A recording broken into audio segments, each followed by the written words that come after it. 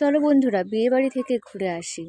কি ভাবছো, নাইটি পরে যাব? আরে না না, দেখো না কি পরি। এখন কুর্তি পরেছি বলে ভেবো না আবার কুর্তি পরে যাব। আমি দিদা বাড়িতে আছি আর এখন যাব আমার নিজের বাড়িতে। ওখান থেকে রেডি হয়ে তারপর বিয়ে বাড়িতে যাব, তাই জন্য এই কুর্তিটা এখন পরলাম। দেখতেই পাচ্ছ, এখন রেডি হতে বসে পড়েছি। সাজতে কিন্তু আমার বেশি টাইম লাগবে না, কারণ আমি সাজতে বেশি পছন্দ করি না, হালকা সাজেই আমি যাব। দেখো বন্ধুরা, এক্ষুনি আমি রেডি হয়ে যাব, দেখবা? এই দেখো রেডি হয়ে গেছি। বললাম না প্রথমে যে বেশিক্ষণ আমার সাজতে লাগে না, আমি সিম্পল সাজতেই ভালোবাসি। কেমন লাগছে কমেন্ট করো। জানি ভালো লাগছে না, তবু আমি সেরকম সাজি না যতই বিয়ে বাড়ি হোক। বলতে বলতে দেখো আমরা বিয়ে বাড়িতে চলে এসেছি। এটা হচ্ছে কাকি। যাচ্ছি তো ঠিকই, কিন্তু বিয়ের মণ্ডপই তো কোথাও দেখতে পাচ্ছি না।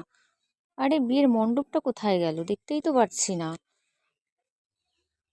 এই তো দেখতে পেয়েছি মণ্ডপটা, দেখি কেমন হয়েছে।